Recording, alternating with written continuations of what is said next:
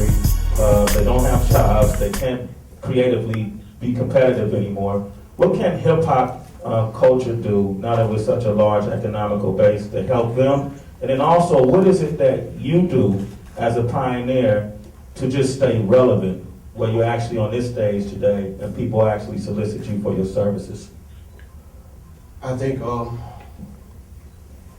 answer the first part of that question, this is the part of hip hop that saddens me is, especially in America. America says you become a certain age, irregardless of whether or not you are talented enough or not.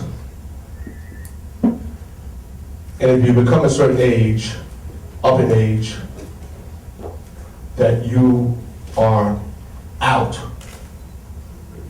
of this community. Rakim said it best. Age doesn't really matter. It's not where you're at, it's where you're from.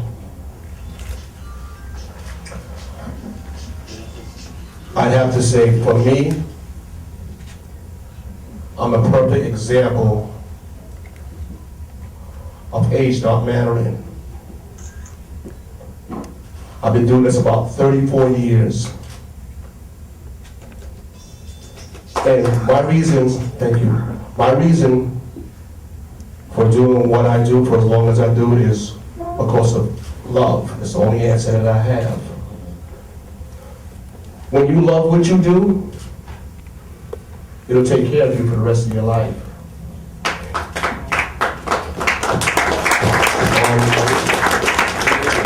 This hip hop thing for me is like a relationship.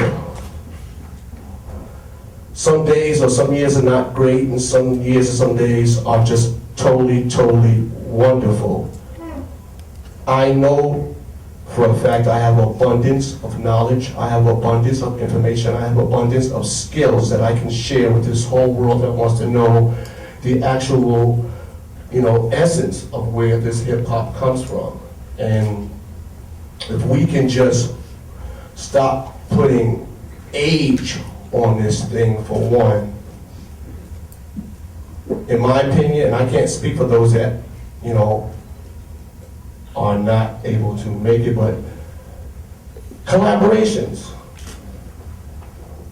I think any of the old schoolers that come from my era don't want a handout.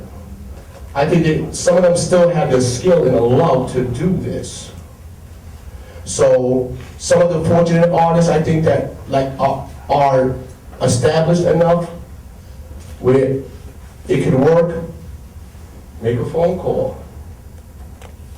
Go back and get a Grandmaster Cass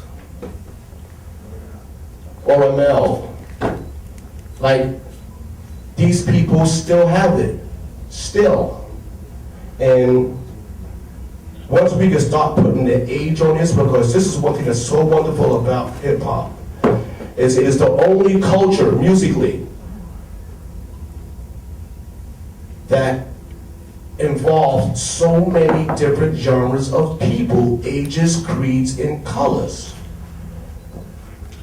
Pop doesn't do this, rock doesn't do this, jazz doesn't do this, funk doesn't do this, R&B doesn't do this. The community of hip hop has so many different ages, creeds, and colors of people. Why does age have to matter? Another thing I'll say in closing is, I think that some of my compadres from that era have to come out and talk to y'all, see y'all. Because quite frankly, for me, I don't want to be a myth. I don't want to be a folklore. I want to be, something, I seen Flash, he goes on the turntables since the other night and we was jamming, getting our shit off. I'd rather it be like that than, according to the history books in 1967, when the planes flew, he was around then. No.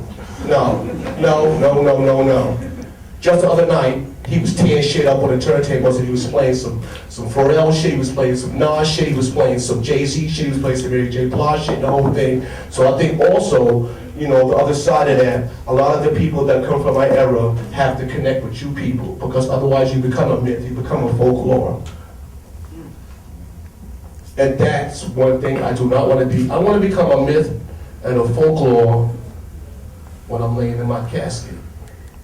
Other than that, while I live, while I breathe, I'm here now. I'm not old school, I'm not new school, I'm all schools. I'm now.